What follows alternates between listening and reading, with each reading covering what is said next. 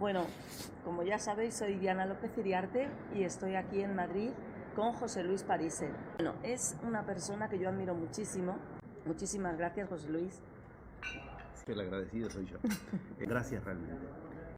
El iniciado o el mago está trabajando durante todo el día con los 11 pasos de la magia y está trabajando con la energía de la palabra, la energía de la idea, el caos de la idea, el orden de la palabra, con su energía emocional para movilizar lo que quiere a nivel emocional, la emoción, y bueno, las señales, las esfinges que se presentan. Y es muy importante utilizar la magia para atraer el plasma, el nivel energético que mueve el mago. Y en uno de los vídeos comentaba José Luis que muchas veces todo el trabajo que estamos haciendo durante el día tan valioso, a la hora de irnos a dormir nos vamos preocupados, nos vienen todas las dudas, los miedos del día siguiente, las preocupaciones, y ahí podemos estropear todo el trabajo que estamos haciendo. Y suele ocurrir tan a menudo que la gente no tiene idea. Sí, gracias por esta oportunidad. No es un tema de los que habitualmente se puede hablar en las notas y es urgente, es imprescindible. Gracias, muy amable. Así es, sí, la posibilidad de que a la noche no arruinemos lo que hemos hecho durante el día no está en los cálculos en general de la gente que recorre algún estilo de cuestiones con las cuales en el día tratar de ir más allá del yo. A la noche el yo se las cobra, se las rearma y se las tira peor para el día siguiente. Suele ocurrirse. Gran problema de eso, además de las consecuencias prácticas que trae, es que en general la idea es como de, viste, no tendrías que haberte metido con eso de la magia, ahora te fue peor. Y le fue peor no por lo que hizo, sino por lo que no hizo. Le fue peor no por lo que hizo durante el día de magia, sino por lo que no hizo, por ejemplo, la noche, durante la magia. Por eso que uno de los motivos por los que de noche es difícil descansar está relacionado con otro de los temas de los que la iniciación enseñó de un modo diferencial y la humanidad no tiene noción, que es aquellas cosas que de noche cuando vamos a dormir, lo voy a decir así, no nos perdonan, te aparecen, no te dejan tranquilo, que son las relacionadas directamente con el tema de lo que los iniciados enseñaron de un modo excelso y la humanidad lo transformó en cualquier cosa, el tema del perdón. El perdón en iniciación y el perdón y la posibilidad de descansar bien, aunque parezca demasiado prosaico, es muy importante ver que cuando falla uno, falla el otro. Sí, porque además se habla mucho ahora del perdón, pero claro, ¿el perdón a quién? ¿El perdón al otro? ¿El perdón a uno mismo? ¿Por qué? ¿Desde dónde? ¿Desde Claro, dónde? exactamente. Porque si somos creadores de realidad propia, ¿a quién tendríamos que perdonar?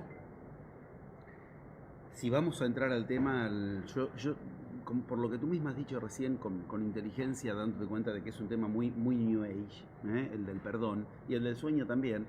Yo hay temas en los que si entro, digamos, prefiero entrar por las puertas más serias para entonces después poder hacerlo un poquito tal vez más espontáneo. Pero son temas de los que cuando están muy tomados por la New Age, lo primero que quiero que se entienda es el cuidado que hay que tener. Porque lo que toca la New Age lo transforma en vieja era inmediatamente. Y estos temas son para generar la nueva era, de uno en uno, que es como todas las profecías nos enseñan, que es la única vía por la que se la puede generar. Si te parece, ingresamos por cualquiera de las dos puertas. El sueño, el perdón, nos van a encontrar. El momento previo a dormir, cuando queremos conciliar el sueño, lo que no aparece por vía del perdón hace obstáculo. Lo que no hemos perdonado, o no nos hemos perdonado, o no nos han perdonado. Por eso es una vía ingeniosa, tal vez, distinta para unir ambos temas, de los cuales sí es imprescindible hablar. Vale, pues vamos con el perdón. Bien, buena entrada. A mí particularmente es un tema que me concita a cierto asombro, porque yo he caído en una ingenuidad poderosa al respecto. Yo hace 40 años he fundado mi escuela. Yo enseño desde hace 40 años y enseño en niveles que considero cada año muy altos. Sin embargo, jamás me había dado cuenta de que yo tenía que enseñar este tema. Es como que yo daba por sentado, pero ya está, es evidente. Claro. Hasta que un día el tema surgió y me di cuenta que la gente está tan desorientada del tema, del perdón, que mirando hacia adentro vi que mi resistencia a enseñar al tema era por los mismos motivos por los que la gente está desorientada. Y es porque todos tenemos cierta tendencia dual, polarizada. Y cualquiera de las dos vías en las que nos ocupemos, en las que nos permitamos caer y sumergirnos, de las dos vías automáticas, las dos nos garantizan que el tema del perdón nos va a extraviar en lugar de orientarnos. ¿Cuáles son las dos vías? Hay perdonadores naturales y hay no perdonadores naturales. Es verdad. Las dos son problemáticas. Verlo de Los entrada, dos. las No dos solo vías. el que no perdona, sino el que perdona Perdonar todo. por perdonar está tan al servicio del ego como Es verdad. jamás perdonar. Uno dice, el que no perdona, qué ego que tiene. El que perdona por perdonar tiene el mismo ego. Sí, porque es por buenismo. Sí, simplemente lo educaron para eso. Y ese es el ego, es nuestra educación, el yo, lo que nos fue formado según el contexto que teníamos alrededor. Entender esto es entender de entrada que estamos ante un tema que nos va a poner en el aprieto de tener que ir más allá del yo. Y eso es genial. Es decir, la posibilidad de que estemos ante un tema que nos va a obligar a reprogramar lo que el yo quiere hacer al respecto. ¿Qué quiere hacer al respecto? Hay gente que quiere perdonar, pase lo que pase, no le importa nada, perdona. El tema, el conflicto por el que perdonó le retorna. Tanto Sí. como al que no perdona. Sí, porque en realidad lo engullen y hacen como que no está. Exacto, es un gran Eso es como lo sí. que yo Es un detecto. gran como sí, exactamente. Es un perdón hueco.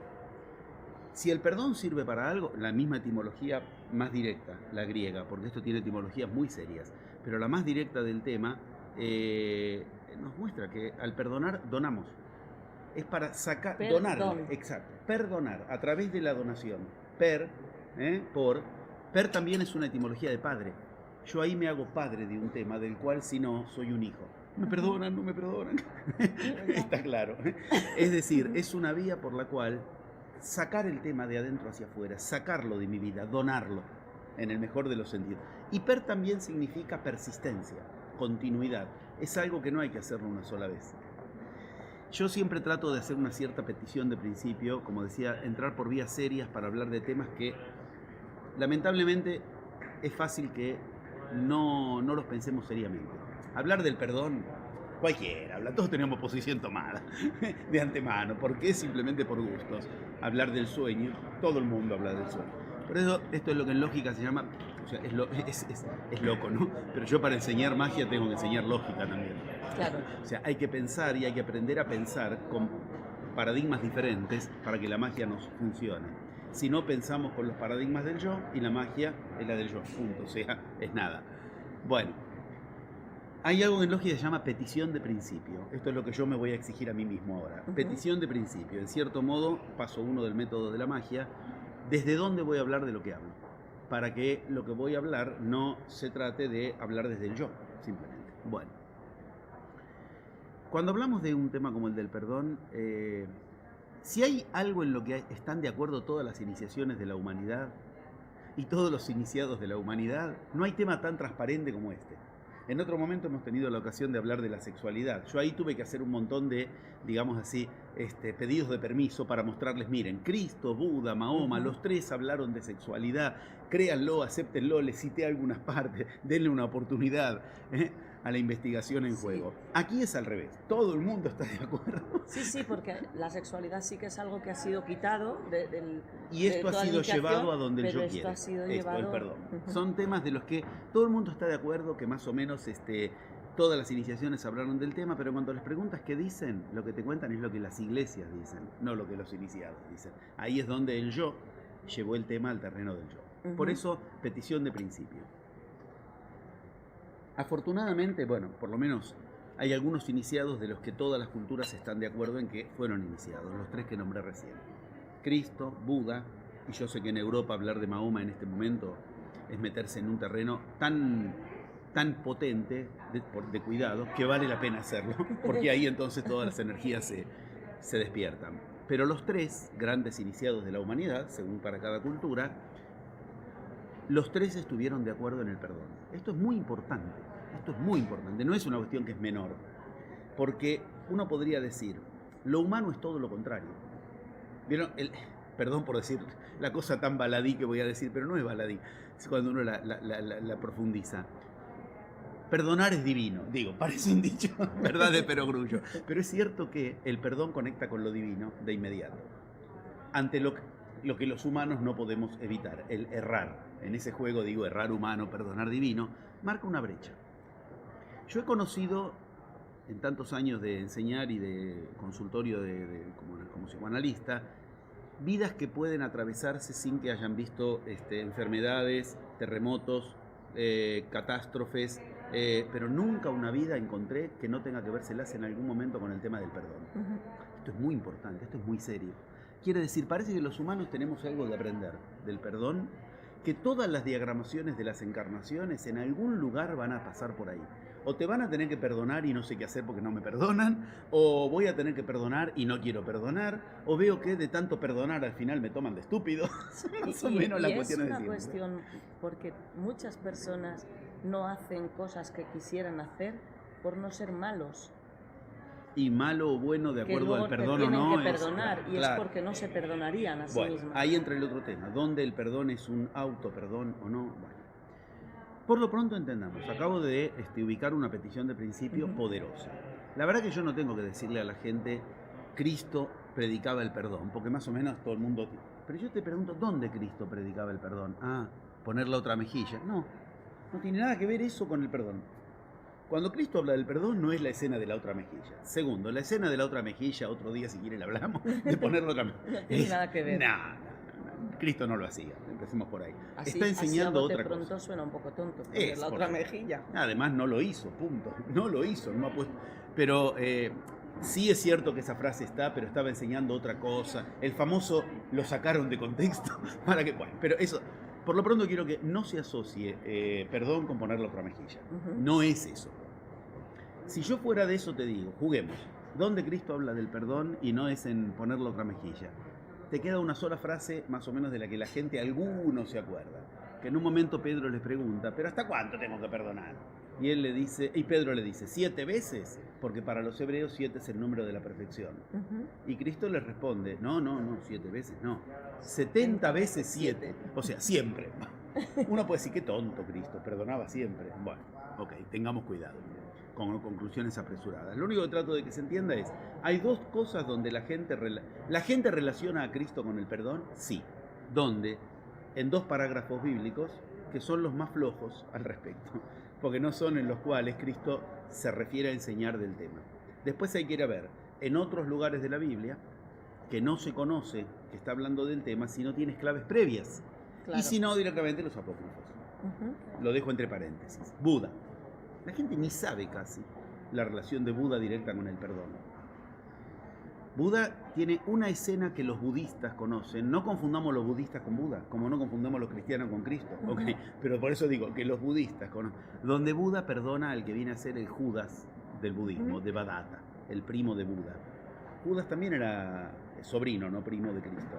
Pero, bueno, esta es la parte de la verdadera historia de Cristo. Yo he enseñado la verdadera historia de Cristo pre-cruz y post-cruz, y la enseñanza oculta de Cristo pre-cruz y post-cruz. Ahí he argumentado y demostrado las cuestiones por las cuales podemos estar seguros de que Judas era el sobrino de Cristo, el hijo de Pedro, el hermano de Cristo. Bueno, ok. Buda tiene Devadatta, también familiar directo del primo, lo que Judas en Cristo, lo que Cristo en Judas, más o menos para que se arme un mapita. Devadatta, en suma, es alguien que uno podría decir no tiene perdón, ¿no? Lo que le hace a Buda. Sin embargo, Buda, hay 2 momentos muy claves. Un momento en el que después de que Devadatta, digámoslo así, traiciona a Buda, por decir, no es exactamente una traición, pero más o menos lo quiere matar, literalmente. Judas manda a los romanos a matar, él lo quiere matar él. Años después, Devadatta quiere ser recibido. Buda le dicen, viene Devadatta, te quiere ver. Y Buda le dice, y los budistas lo traducen en, no lo voy a recibir. Y Buda le dice, si puede venir, que venga. Dependía de las casualidades. Se muere en el camino, no llega. Muy bueno. Él no había resuelto el tema, Devadatta. Al mismo tiempo, hay otra escena en la que Buda y Devadatta se encuentran por casualidad. Y parece que Buda perdonó todo, mucho antes de esta que recibe el nombre. Porque Devadatta le dice, ¿no estás enojado conmigo? Y Buda le dice, no. ¿Por qué? ¿Cómo no estás enojado conmigo? Porque yo no soy el mismo de aquella escena en la que me quisiste matar. Hay un trabajo de transformación interior para dar el perdón. No es el perdón bobo. No. No es el perdón vos. Yo no soy el mismo y tú para mí ya no eres el mismo de aquí. Ah, ahí hay una clave. Eso es muy importante. Esto es fundamental. Porque el perdón, tienes que esforzarte por perdonar o te sucede. Bueno, cuando realmente podemos decir eres ni una ese cosa otro. ni la otra. Hay un trabajo interno por el cual, Te por eso sucede. el per de entrada, persistir, por el cual persistir para perdonar. El perdón bobo no trae consecuencias positivas. El no perdón tampoco trae consecuencias positivas. Buda ahí nos muestra una brecha. Él hizo algo por lo cual él ya no era el mismo. Entonces el perdón va de suyo. Pero esto es crucial. Crucial. Ahora vamos a ver qué es lo que hizo. Bueno, estamos tratando de armar un poco el desde dónde hablar. Yo digo así, eran perdonadores seriales, pero no compulsivos. ¿Ves la diferencia? El perdonador compulsivo es el que perdona porque lo educaron para eso. Punto. No tiene el más mínimo mérito. No hay trabajo interior. Perdonador serial, yo puedo decir, siempre terminaban perdonando, pero ¿qué hacían para que el tema del perdón no les quite el sueño, relacionándolo con eso es de lo que quiero hablar. Porque si no aprendemos del perdón, lo que enseñaron los iniciados, es muy difícil que no rebotemos contra lo humano en cada uno de nosotros. Porque lo humano es no te perdono más, te puedes secar y si puedo ayudarte a que sufras, te voy a ayudar también. O estás perdonado, pase lo que... No, ninguna de esas dos vías. Si dijimos que el perdonar es donar persistentemente, continuamente, es porque el perdón apunta a quitar de nuestra vida una cuestión seria. Hay un estudio que yo presenté en uno de los plenarios, no lo hice yo el estudio, lo presenté. Es un estudio médico de Harvard, si no me acuerdo mal, de Estados Unidos seguro, de las universidades, que demuestra, escucha esto porque es terrible, de cada 10 casos de cáncer, 7 tienen que ver con el no perdón. Terrible. O sea, cuando uno investiga en la vida, el cáncer tiene que ver con un tiempo después de una escena de no perdón. O no lo perdonaron o no perdonó. Sí. O sea, el no perdón es un cáncer. Sí. Lo puedo decir de manera tragicómica, por lo directa, pero es terrible. Ese cáncer a veces entra en el cuerpo, a veces el cáncer es, se le cayó un negocio, a veces, o sea, no, ni siquiera lo limitemos a lo que los médicos ven como cáncer. Claro, es terrible. Aprender a no perdonar y aprender a generarte un cáncer es lo mismo. Pero hay que aprender lo que nos enseñaron los iniciados sobre el perdón. Hay otra escena de Cristo genial, porque Cristo hay una escena donde uno dice, no perdonó nada. Cuando Él está con los discípulos y lo viene a buscar la familia al templo, y le dicen, tu mamá está afuera, tus familiares están afuera. ¿Qué familiares? Ellos no son mis familiares. Estos son mis familiares. Y señal, parece que no los está perdonando mucho que digamos, ¿no? Sin embargo, entendamos que es el mismo Cristo que en la cruz, aunque más allá de qué pasó en realidad en la cruz, trata de reconciliar discípulos con familia. Cuando le dice a María, he ahí a tu hijo, y está hablando de Juan, un discípulo de Cristo. O sea, el enfrentamiento, vemos dos cosas. Hay un momento donde Cristo está enfrentado a la familia, no hay la más mínima duda. De hecho, en lo que se llama el primer milagro, en la transformación del agua en vino, Cristo está peleando con María. Mujer, déjame tranquilo. Se lo dice a la madre. Mujer, déjame. Hace el milagro, nene, que no hace el milagro. Y él, déjame tranquilo. Le responde así, literalmente. O sea, hay una tensión de base que es todo lo contrario del perdón, diríamos. Pero hay otra escena donde no hay duda de que hubo un perdón. Y tanto es así que lo que enfrentaba, ellos no son mi familia, mis discípulos son mi familia, en la cruz los cruza. Y le dice, mujer, he ahí a tu hijo, discípulo y familia unidos. Bueno, ¿qué hubo en el medio? Pasa como con Buda y Devadatta. Pasa como con Mahoma, venía de una cultura no perdonadora y él se transforma en un súper perdonador. Bueno, de ese trabajo vamos a hablar. Hasta donde se puede en un nivel de apertura de tema, pero con la suficiente claridad como para que efectivamente del tema hagamos por lo menos una apertura en el camino iniciático del perdón, en el camino en el que unir lo humano y lo divino, y no en el que rebotar contra lo humano. Para esto vamos a usar 3 conceptos, si te parece. Uno de Cristo, uno de Buda y uno de Mahoma. Mejor manantial del que beber, imposible. Estoy ordenando mentalmente cuál de los 3 podría ir primero para darle más claridad. Tal vez de entrada la posibilidad, aunque sea la más complicada, es la que más enseña. Buda. Buda enseña un camino que desemboca en el perdón de una manera inesperada, porque lo enseña lamentablemente como cuando muere Buda se hacen concilios para ver qué van a escribir de lo que enseñó Buda, quedó repartido entre muchos textos. Son fichas de un puzzle que una está acá, la otra está en otro país, la otra...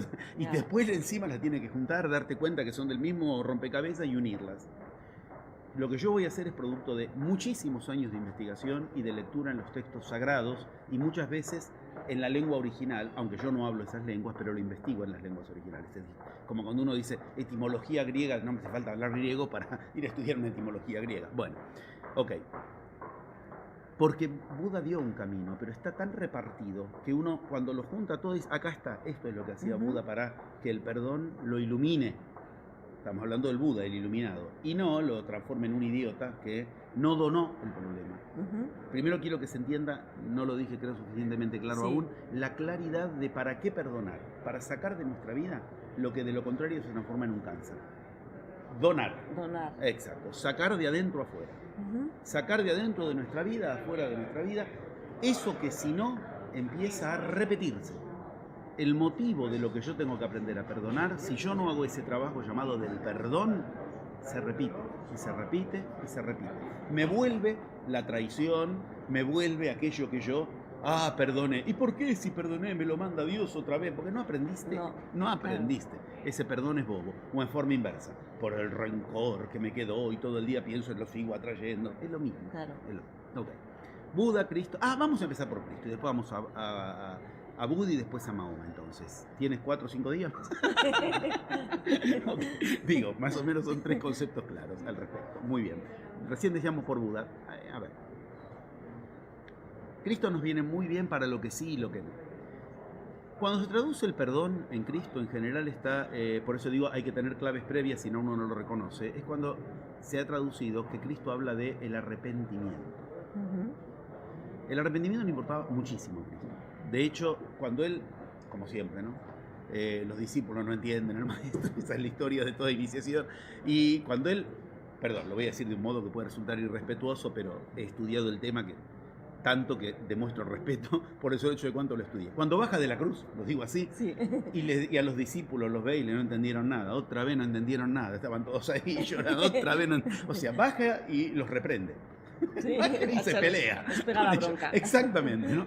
Y les dice, bueno, no entendieron nada, okay, vayan por el mundo a enseñar lo que puedan. Pero, ¿qué les dice? Enseñen el arrepentimiento. Es como que esa es la puerta de entrada. Hay que verlo. Cuando Cristo ve que no entendieron nada y que ya no les podía seguir enseñando porque él se tenía que ir a la India, por motivos que hacen a la historia oculta de Cristo, hay que entender algo. Cuando les dijo, pues mira, el salvavidas es este, te tiro esto. Si vos te agarrás del perdón, vas a necesitar todo lo otro que yo enseñé.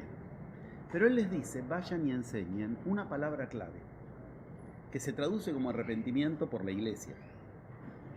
Que si bien no está mal técnicamente, tampoco es que si lo hizo la iglesia está siempre mal. Esta traducción es buena si te tomas el trabajo de ir a ver qué era.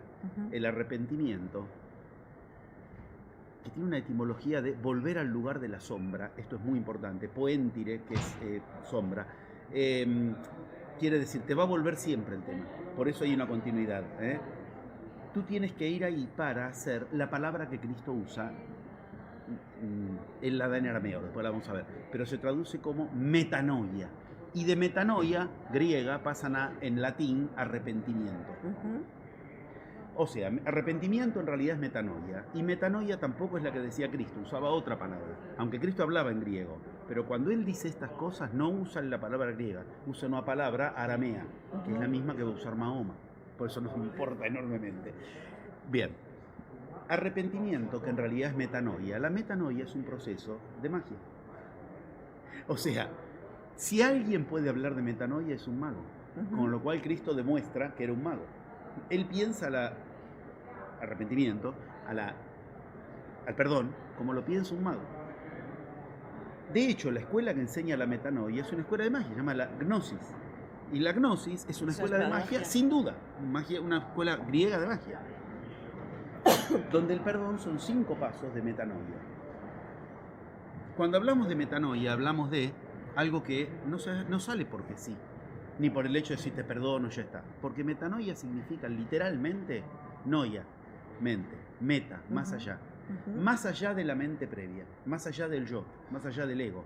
Se traduce como mente nueva. Ah, un momento. Metanoia es mente nueva. Yo tengo que tener una mente nueva respecto de lo que produjo el gran problema en mi vida, por el cual o perdonaré o seré perdonado. Eso sería muy coherente con Buda, porque Buda dijo, es que yo ya no soy el mismo, y tú para mí ya no eres el mismo. Tenía una metanoia. Claro. Literal, rigurosamente hablando, tenía una metanoia, tenía una mente nueva.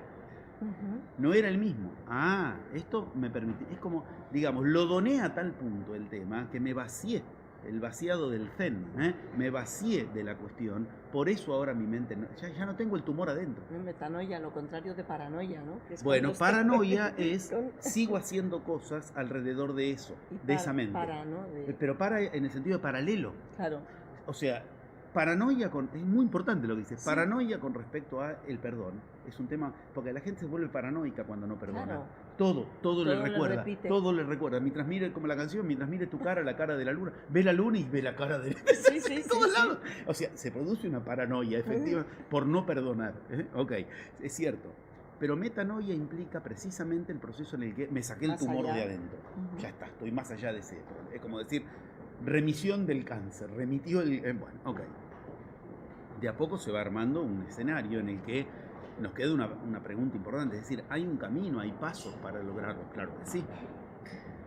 Esa metanoia, dije que iba a poner primero a Buda, al final creo que lo vamos a poner cuando la serpiente está por morder la cola, ahí hacemos la Moebius. O sea, lo dejo para el punto más avanzado. ¿Por qué?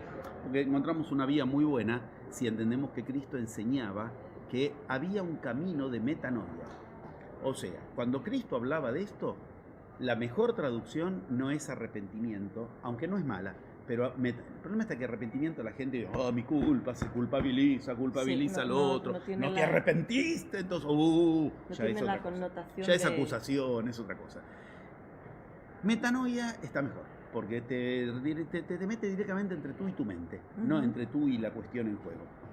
Y te obliga a ir más allá de lo que tu mente haría de eso. O sea, te obliga a vaciarte. Bueno. Sin embargo, la palabra que usaba Cristo no es tampoco metanoia. Él usaba una palabra aramea, que en español casi no la tenemos. Según lo que yo investigué en las lenguas actuales, casi no está. Pero en cuanto se la dices a la gente, le produce una ruptura que le obliga a pensar de entrada el tema de otro modo. Y esto está buenísimo. La palabra que Cristo usaba es la palabra maghfira. Es una palabra fuertísima en la cultura árabe. Hoy día tal cual. Si a ti te dicen... Yo tenía abuela árabe. Cuando la abuela árabe me decía, me había portado mal. Y me decía, no, te lo digo más o menos en español, porque si no ni se entiende. Que yo no tenía maghfira. Me estaba diciendo algo terrible. Yo no entendía qué era. Pero después de atrás venía el diablo con el tridente. Yo no sabía que después o yo lograba tener maghfira o mi vida no tenía sentido. ¿De qué hablaba cuando hablaba de maghfira? Bueno, era algo muy difícil de entender. De hecho, yo lo entendí en el Corán. Cuando yo me encontré en el Corán con que Mahoma hablaba de la maghfira, me acordaba de mi abuela árabe y me llevaba directamente a investigar lo que en las culturas de Medio Oriente era la clave que te dice, primero y principal, una de las preguntas que en uno de los dos polos siempre va de suyo. ¿Por qué tengo que perdonar? ¿Por qué? O en forma inversa, ¿por qué no me perdona? ¿Por qué? Bueno, ok. Maghfira se traduce como lo que nosotros conocemos como perdón, pero se usa también para algo que a nosotros, con respecto al perdón, nos quedó lejos si no lo pensamos como lo estamos diciendo. Porque Maghfira significa literalmente protección. ¿El perdón y la protección tienen una relación directa? Sí. Cuando yo te digo, dono el tema, yo quedé protegido del tema. Ya a mí no me da causa el tumor. Ah, en árabe, Maghfira es ponerse un casco. Quedé protegido. El árabe, Mahoma y Cristo era de esa cultura, recordemos, siempre lo insisto, no podía Cristo hablar de Dios sin hablar de Allah. No pensemos solo en Mahoma cuando pensamos en Allah, pensemos en Cristo. Entonces, Cristo hablaba de Allah, nos guste o no nos guste, esto no es una cuestión política, religiosa, esto es una cuestión de iniciación. Ese manantial original de donde después surgen las ramificaciones. Cuando Cristo hablaba de esto, hablaba de maghfira. Vayan y enseñen la maghfira, la metanoia, el arrepentimiento, el perdón. Bueno, la puerta de entrada era esta. ¿Cuál es el latiguillo de Juan el Bautista? Arrepentíos, arrepentíos. O sea, haced mágfira. ¿Ves? Esta era la puerta. Es muy bueno, por eso digo es una aurora. Sí. Porque en la entrada de Cristo está Juan el Bautista, no el evangelista, Juan el Bautista. ¿Con qué estribillo? El arrepentimiento te iba a hacer entrar a lo que viene detrás de él. Lo que viene detrás de él era Cristo. Y al final Cristo, cuando baja de la cruz y dice otra vez, no entendieron nada, les dice mágfira como solución. O sea, al principio y al final del camino de Cristo, iniciáticamente hablando, está este concepto. Es un hecho. Es como al principio y al final del sueño. O sea, cuando me voy a dormir no me puedo dormir por el tema que no perdoné o no me perdona, y después me despierta porque otra vez estoy pensando o soñé con el tema al principio y al final de lo sagrado. ¿Y has dicho que arrepentimiento, la raíz, tiene que ver con la sombra? Sí, volver a la sombra. Arrepentirse quiere decir poenis. Poenis es sombra. Y que justamente la sombra se manifiesta en los sueños también. Claro, claro que sí. Y cuando trabajamos la sombra, claro realmente sí. se quita el ego y ocurre la magia. ¿Y qué proyecta sombra? El conflicto. El conflicto todo es lo no que perdonado. No queremos ver, que el conflicto es lo no perdonado, el conflicto sombra. es lo que no nos perdonaron, el conflicto es lo que no nos perdonamos. Ahí estamos, claramente. Y arrepentirse es volver a la sombra, porque tiene el arre, que significa el retornar. Volver a la sombra. Volver para iluminarla. No puedo, no pasó nada. No funciona. Hay que Por entrar. Eso hay que entrar para salir. Otra cosa es entrar y que te quede atrapado. Sí. Es entrar al laberinto de Dédalo para salir montando al toro y no para evitar entrar, porque si no, no aprendí. Bueno, o que me comió el toro. Que hay dos tipos de personas, los que se atreven a entrar y se quedan ahí atrapados, la paranoia, y los que ni entran. No, claro. Los y ninguna de las dos. Y hacen como sí. Y en ninguno de los dos te montas al toro. Y montar al toro es desde el Zen, los 10 pasos del toro, Lao Tse, desde mucho antes y en otras culturas, igual que en las culturas actuales, estamos en Madrid, lograr vencer al toro, que es precisamente yo alimentarme de esa fuerza. Claro. Bueno. Darle la vuelta y que me sirva de algo, que me haga crecer. Porque yo no voy a llegar a donde puedo llegar caminando, igual que si me monto al toro. Si yo me monto sobre el toro, voy a llegar a cuestiones a las que nunca voy a llegar de otro modo. Si tuviéramos tiempo diríamos también, yo enseño lógica para enseñar magia, la topología tiene una figura que se llama el toro que te enseña el funcionamiento del universo. O sea, todo el universo está alrededor de esto. ¿Y qué es el toro? Una esfera con 2 agujeros, uno en cada punta, se arma un neumático. Un agujero es lo que tengo que perdonar y el otro agujero es yo perdonado o no. 2 lugares que me hacen agujero para perforar una esfera, algo cerrado. Algo que yo tengo que lograr sacar, porque está cerrado. Claro. Por eso lo tengo que torificar. Ya esto es topología pura. Pero lo que quiero que se entiende, si yo ahora en vez de por los iniciados entro por topología, llego a las mismas conclusiones. Tengo que lograr perforar para sacar lo que de lo contrario es un tumor, claramente una esfera. Bien, transformar esfera en toro es el primer pasaje de la magia. Bueno, ahora bien. Entendamos, estamos en un punto donde habíamos llegado a por lo menos una respuesta concreta. ¿Y por qué tengo que perdonar? Por protección, querido. Mira qué problema. Ya de entrada me lo resolviste. Cuando yo aprendí a perdonar, quedé protegido de aquello de lo cual perdoné. Cuando yo aprendí, sea perdonar hacia afuera, perdonar hacia adentro, sea no depender del perdón de otro, esto ya es motivo de venta, ya es argumento de venta, compro. Yo quiero aprender a perdonar, sí, yo tendría que perdonar una traición. Y los iniciados me dicen, quedo protegido de la traición si yo aprendí a perdonar. Y así en cada cuestión. Ya es un argumento interesante. Al yo ya le interesa. Me monté al toro. Si el yo es el toro, ya lo puse de mi lado. Ya no hay por qué yo tengo que perdonar. Está bien, perdoné. No. Hay un mecanismo de mágfira por el cual yo quedo protegido gracias a perdonar. Son 2 cosas juntas. Aquí, en Occidente, la unión entre ambos lugares sigue estando, pero muy mal hecha, porque uno dice, te perdono, te protegí de mi enojo, de mi ira. Entonces hay una relación entre perdón y protección, pero es hacia afuera, es hacia el otro, es muy berreta, es muy, es muy barata. Es hacia afuera. Sí, no, claro. O sea, quedó un hilo, pero es un hilo sucio, lento, podrido, no. Pero por lo menos veamos que también hay una relación que quedó a lo largo de los milenios que sigue uniendo perdón a protección. Como perdóname, ya me protegiste de tu ira, pero sigue siendo una cuestión... ¿Y qué hago con ella? Claro, muy bien lo has dicho. No olvidemos que el perdón es el tema de la manipulación. La política, en nombre de perdonar o no perdonar, te perdona la deuda, te perdona la condena, la economía. La economía, si el banco me perdona, si no me perdona la deuda, si refinanciamos, perdonarte o no la deuda externa de un país a otro. En nombre del perdón se arma una manipulación de poder total. Si te perdoné, yo quedé acá y tú acá. Si no te perdono, hay que ver en qué lugar te admito en mi vida o no. Y en forma inversa, si no aprendes a perdonar, quedas por debajo. O sea, por donde veamos, la manipulación en nombre del perdón es política pura. Por eso hay que entender que si hay un tema que le interesa al ego, es el del perdón. Y por eso es tan difícil ponerlo en sus cauces originales, el tema, en sus cauces originarios, en sus cauces legítimos. Entendiendo esto, ahora creo que podemos entrar en Buda, que fue el que repartidamente quedó así. Él lo enseñó con una lógica, pero está en un Veda, en un Vinaya Pitaka, después, bueno, quiero decir, en un montón de textos repartido, que además tienes que leerlos todos y tenerlos más o menos frescos como para dar, esto estaba hablando, ¿no será que la continuidad? Y te pones a investigar, sí, es la escena, es el mismo lugar geográfico, habló de eso, es un trabajo detectivesco para ver en Buda por qué a él le funcionó. Bueno, Buda lo enseña en un camino que se llama, y los budistas casi ni, yo cuando hablo de esto con los budistas ni saben que es Buda esto, voy a decir ahora, sin embargo es el camino para Buda del perdón que se llama Sakakirilla. Digo, por si alguien lo quiere investigar, bueno, ¿dónde lo puede encontrar? El camino de Sakakirilla no lo conoce prácticamente ni el Dalai Lama. O sea, quiero decir, los budistas lo han sacado, así como de Cristo la relación a la sexualidad, no lo conoce el Papa, bueno, del mismo modo yo podría decir. Sakakirilla es un proceso por el cual el perdón efectivamente se transforma en protección.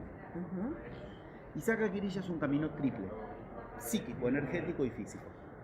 Ya es más serio.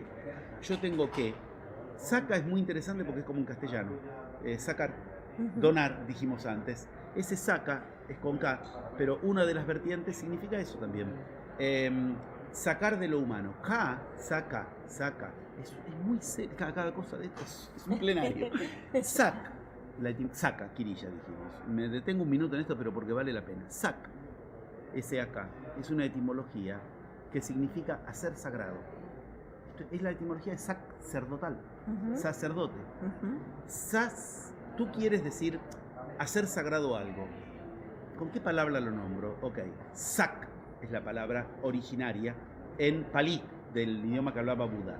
De ahí pasa al arameo, igual, y del arameo lo tenemos en sacerdote. Cuando yo digo Sakakirilla, estoy sacando de lo humano y haciendo sagrado algo.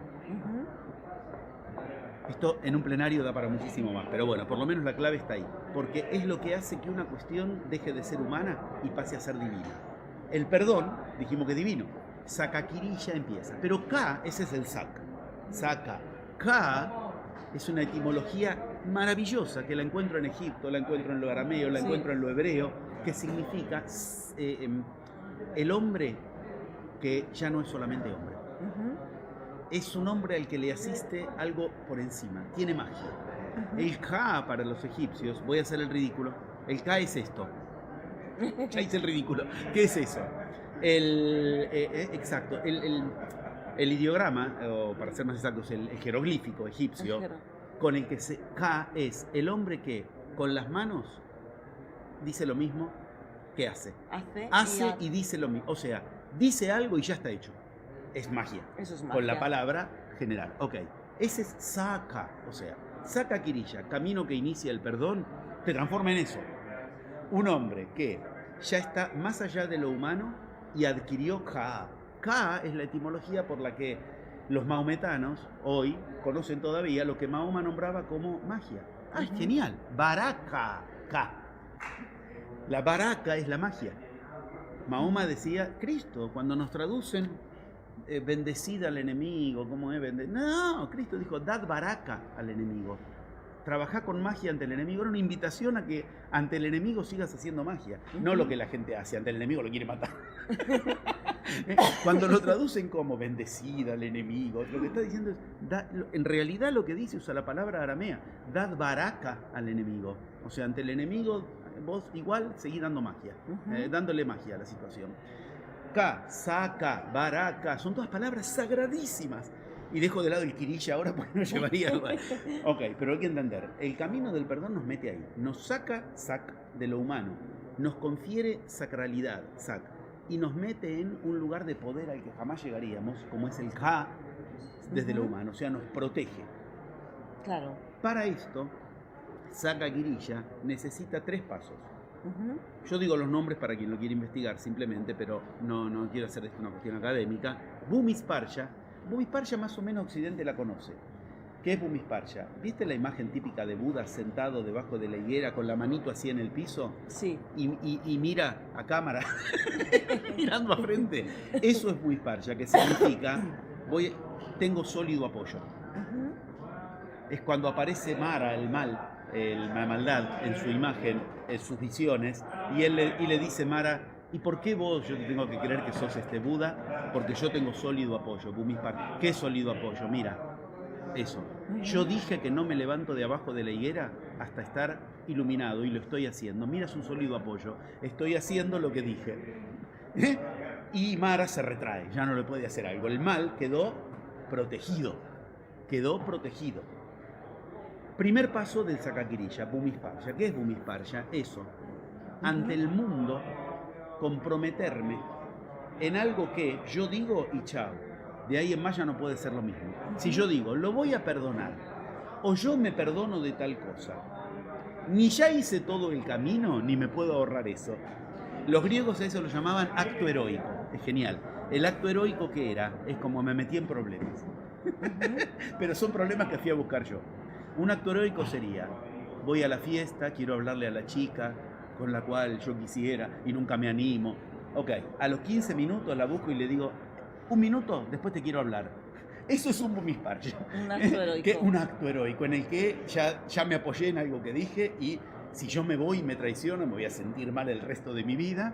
Y en algún momento ella se me puede cruzar, ¿vos me querías hablar? O sea, ya es un acto de compromiso con algo más, que es un Saka Kirilla. Empieza el Saka Kirilla en el Bhumisparsha. Esto sería algo así, como comprometerse. Yo voy a perdonar tal cosa, o yo me voy a perdonar tal cosa, o yo no voy a depender de que me perdonen tal cosa. Eso es nada más que un acto Bhumisparsha. Sería como decir, hacer así me cura de algo, no, pero los budistas hacen así. ¿Por qué Buda hizo así? Ya. Es como decir, Cristo agarró el látigo, yo agarro el látigo. Colón dobló a la izquierda a las 2 horas de salir, doblemos a la izquierda a las 2, pero tú estás en otro mar. O sea, hay que entender la lógica de eso. Entonces, la gente que hace eso, hace un gesto y se cree que con eso ya está. No, ese es el inicio. Es cierto, hay que hacerlo, no me lo puedo ahorrar. Pero ese es el registro imaginario de la cuestión, nada más. Claro. ¿Entiendes? Yo acabo de imprimir en mi universo un compromiso. Que lo tengo que hacer. No voy a permitirme más rencor por esto. Yo voy a perdonar. Yo me voy a perdonar. Yo no voy a depender de si me perdonan o no. Esa es la parte Bhumisparsha de un camino Saka Kirilla, que es la metanoia, de la que hablábamos antes. Sí. Es el camino por el que lograr vaciar mi mente. Primero, cuelgo mi mente de otro lado. Me ato a otra cosa para exigir ir hacia ahí. Por eso es un acto que me compromete con mi heroísmo. Porque todo lo humano en mí o perdona bobamente o no perdona. Listo. Primer paso de la metanoia. Esto es igual que lo que enseñan los gnósticos. Si tú te tomas el trabajo, y yo me lo tomé, y de hecho lo enseñé, de los pasos gnósticos de la metanoia, empieza igual. Empieza con un compromiso más allá de la escena. Ahora bien, hasta ahí es una muy buena petición de intención, de principio. Si yo lo dejo ahí y creo que por haber hecho el gestito, por decir perdoné, perdón, es tan inútil como si no lo hago. Me tengo que comprometer a que de eso voy a obtener perdón más allá del otro. O yo voy a perdonar más allá de que el otro se arrepienta, pida perdón o no. Ok, bueno. Al Bhumisparsha Quedan 2 pasos, ¿no? Exactamente. Le quedan 2 cuestiones. Satya Saksha y Swayambara. Yo digo los nombres para el que quiere investigar, pero como ves después explicamos cuestiones que, bueno, gracias al nombre entendemos muchas cuestiones, pero no dependemos de si conocemos el nombre. Satya Saksha. Satya es verdad, el concepto de la verdad para Buda. Es lo que para Cristo es veritas o nazaria. Son palabras que usa. Nazaria es de donde se creen que Cristo era el nazareno. Sí. Nazaret no existía en la época de Cristo. Nazaret existió 4 siglos después de Cristo. No existía un lugar. Lo que pasa es que los peregrinos llegaban, queremos conocer el lugar de Nazaret donde nació el... Nazaret, no hay nada. Hicieron un lugar. De lo que él hablaba. No se iban a perder el peregrinaje que traía tanto dinero. Acá a la vuelta es Nazaret. Y de ahí en más, así es. En el siglo IV inventaron Nazaret. Nazaria significa un hombre que él en sí mismo emana verdad. Satya para la India. Veritas para los griegos. Otro día, si hay tiempo, te lo cuento en la escena de Cristo ante Pilatos. Porque cuando Pilatos le pregunta qué es la verdad, Cristo hace un gesto terrible. Dice el Evangelio, no respondió. Mentira, el de Nicodemo dice que sí respondió con un gesto. Pero tienes que investigar mucho para ver. Ese gesto es el gesto que se llama veritas. Aquí lo tienes. De esto tiene muchas cosas. Que es coherencia. Todo yo me transformo en una verdad. Bueno, coherencia en un sentido físico. Claro. Mi palabra, mi sentimiento, la imagen que yo doy, todo converge. Convergente. Uno puede decir, esa persona sabe de literatura, este otro es. Borges era la literatura. Sí. Él tenía satya. Él emanaba. Mira, la palabra que usa Cristo para esto es la palabra que se traduce como fe. Emuná. Imanar. Emanar. El imán en las culturas árabes es el que emana y atrae lo que él quiere, como imán en un sentido como magnético, tal cual. Esto es lo que se pone al final de las oraciones. Yo oré, hablé, y al final ¿qué iba? Imán, emán, amén, emuná. ¿Lo has entendido?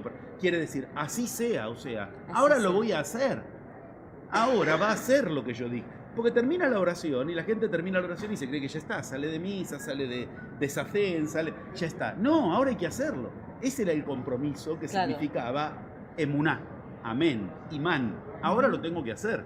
Ok, ese es el pasaje a satya. Ahora voy a hacer verdad eso que acabo de decir en Bumisparsha. ¿Se entiende? Sí. Voy a hacer un acto. Un acto. Por eso se dice, satya es un lugar en el que comprometo la imagen que di al decir, está bien, me comprometo, yo voy con algo que yo voy a hacer para generar en la realidad esa imagen, para hacer imán, para unir. Una acción. Unir, imán en un sentido bien magnético del término. Satya es una petición de principio universal donde yo voy a decirme, ¿y por qué yo voy a hacer un acto de perdón? ¿En qué me lo gané? ¿Por qué? ¿Por qué la metanoia? ¿Por qué me voy a creer que yo tengo la mente nueva al respecto? Acá empieza el verdadero camino. Por eso esto es satya.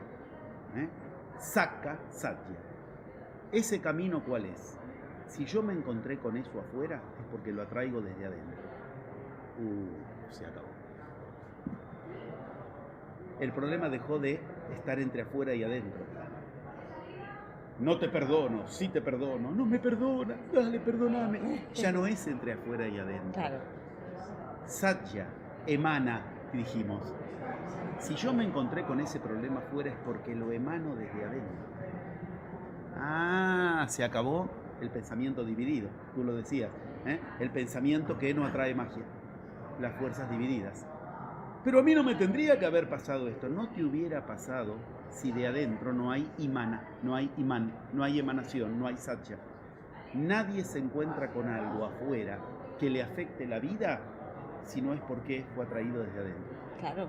Hay una crisis. Y ahí es donde es tan importante para el mago que no hagas nada en tu universo que no quieras atraer, no te hagas a ti mismo nada que no quieras. Pero ese universo es ideas, palabras, sentimientos, todo. Porque no lo hago, pero yo siento que me va a pasar. Es lo mismo, si no metanoia, si no me limpio de eso, si no hago metanoia, si no me vacío de eso, sigue estando en mi universo. Lo que estoy haciendo es disimulando, nada más. No funciona. Tal cual. Hay que entender ahí, este es el acto central, satya, donde emanaré una verdad distinta cuando yo primero encuentre desde dónde paso uno del método de la magia. Esto es lo que en magia se llama arranque bifásico. Yo arranco ante el problema desde una fase diferente, de dejar de creer que el problema fue algo que hacia afuera o desde afuera hacia mí y no me debiera haber pasado, no hay justicia en el universo, la estupidez que decimos ante situaciones de perdón, o pensarlo desde un lugar distinto. Si eso tal lo atrajo a su vida, yo lo perjudiqué, ahora voy a ver con qué me limpio de eso. Pero si yo le entré y lo logré perjudicar es por un problema en él. Yo me tengo que limpiar de lo que yo me tengo que limpiar y él se tiene que limpiar. Y si él no lo hace, es independiente. Claro, es independiente. Aquello por lo cual yo lo perjudiqué en mí, lo voy a limpiar. Pero otra cosa es creer que si yo lo perjudiqué a él, el responsable soy yo, me desculpabilizo. ¿Por qué? Porque no tuvo protección, no tuvo maghfira. Y si no tuvo protección es porque él desde adentro lo atrajo. Claro. Por eso a él lo logré joder y a otro no. Para decirlo fácil. Claro, por eso hay una crisis mundial. ¿Por qué a mí me afecta y a otro no? ¿Por qué a otro le afecta? Ah, por algo dentro. No hubo maghfira. Entonces yo después no perdono al ministro de Economía que me hizo tal crisis a partir de lo cual... ¿Y por qué a mí me afectó y a otro hasta tal vez le benefició? Le vino bien. Bueno, ahí está la clave del satya. Si eso logró entrar en mi vida y perjudicarme, eso es un maestro. Ese es el espejo de la sombra, como bien lo dijiste antes, el espejo de lo peor de mí. Si la traición logró entrar en mi vida, ¿dónde yo me traiciono? Eso es. Si entró la estafa en mi vida, ¿dónde yo me estafo? Si entró lo que yo ahora no quiero perdonar, ya no tengo algo que perdonar afuera, ante ese enemigo. Si ahora entiendo que eso es el maestro que me está mostrando. Ahora lo que voy a decir lo puedo avalar en método de la magia, en algo que se llama paso 7, que entre otras cosas te permite tener conciencia de encarnaciones anteriores. El mismo motivo por el cual en esta encarnación yo ahora estoy atrapado en el mecanismo de perdón o no perdono, lo llevo en una encarnación anterior, lo encuentro igual. Esto es genial. Ah, sí, eso lo he visto en varios vídeos. Esto es genial. Y lo llevo al anterior del anterior. Siempre, y lo, o sea, es hay el un paso patrón. 11, es el mismo problema. Hasta que se repite repiten. Hoy tiene la carita de tu marido que te traicionó, hoy tiene la carita del socio que te traicionó. En la encarnación anterior tenía otra carita. Pero es un patrón del que yo tengo que aprender a limpiar. Es lo que he venido a aprender. Y ese se transforma entonces en mi espejo que me muestra de qué me tengo que liberar en la encarnación. ¿Entiendes que cambia completamente la concepción? Deja de ser un problema para ser un maestro. Satya implica todo ese paso. Satya, Sakya. Me saco de mí el problema. ¿Por qué? Porque ahora en mí vi dónde estaba el problema. Vi dónde estaba en mí. Y el de afuera es el reflejo de eso. Quiero una consistencia. Me quedaba uno de los 3 pasos. Swayambara. Ahora en lo real, en lo denso. Ahora en lo real y en lo denso. Voy a ubicar con qué yo me aseguro no caer otra vez en eso, por lo cual afuera encontré el problema. Ese paso es el paso hacia un más allá de la escena, metanoia, más allá. ¿Con qué cuestión yo no me traiciono más? Porque yo sé que si yo no me traiciono más, quedé perdonado. Y si yo no hago más aquello por lo cual traicioné a otro y no me perdona, el problema ya es de él. Ahí entra algo que para los cristianos, para los hebreos se llama ofrenda. Yo voy a hacer un desagravio en lo real. Yo voy a ofrecer algo al otro o voy a ofrecerme algo a mí mismo para desagraviarme de eso que hice. Pues ese es un tema muy importante. Claro, porque de ahí la iglesia armó el dar ofrendas hacia afuera. No, yo voy a en lo real a hacer algo por lo cual yo ya lo hice. Si no lo querés recibir es cosa tuya. Yo a mí mismo me voy a exigir algo con lo cual me desagravio por haberme a mí llevado a tal situación en la cual me hice desprotegido respecto de lo de... Ahí hay mucho del orden de arte, de magia, de la generación de algo, por lo cual, de ahí en más, quedé perdonado, perdoné, sin depender de qué pasó afuera con el otro, si me perdonó, si yo le di el perdón o no, y quedé protegido. ¿Por qué? Porque me lo limpié, me lo saqué de mí. Ya está fuera. Esto después lleva a muchas cuestiones. El problema se deshace. Bien lo has dicho. Ahí necesitamos ya diferenciar más cosas, pero ya nos llevan a más. Diferenciar entre culpa, disculpa, agravio, perdón. No es lo mismo disculpar que perdonar. No es lo mismo perdonar que desagraviar. Cada uno tendrá... Pero cada una va a una de esas tres. Una es para Bhumisparsha, otra para Swayambara, otra para Sakan. Pero todo está en esta lógica, que empezó por las cuestiones de los iniciados y termina en una lógica imbatible. Muy bien, pues me ha encantado. Sí, me parece que ha sido de utilidad para lo que quieres poner en juego. Muchísimo, tenemos ya que ir terminando porque tenemos... Como siempre nos hemos extendido. Ya llega la hora de comer por eso, y empieza aquí a haber mucho jaleo. Entonces son 3 pasos, el perdón, son 3 pasos para liberarnos de todo esto que nos preocupa, que nos ocupa y que nos impide descansar y utilizar... Y más importante aún, para aprender de eso, para aprender, porque vine a aprender, a sacar de mí aquello por lo cual ahora me encontré con la escena imperdonable en mi vida. Obviamente que esto también entonces, en el mundo de los sueños, lo produce. Claro. Muy bien, pues muchísimas gracias. Vamos a ir cerrando ya. Muchas gracias, José Luis, me ha encantado muchísimo. Y gracias por permitir también que el tema se desborde y vayamos más allá. Hicimos aquí lo que recién dijimos de ir más allá, porque nos excedimos en tiempo, en tema, en todo, y eso era parte de lo que el perdón nos propiciaba, ir más allá. Gracias por eso. Muchas gracias. Y gracias, ha sido mucha magia porque esto es un hotel y ha sido mágico que hayamos podido hacerlo. Pues muchas gracias, hasta el próximo vídeo. Gracias.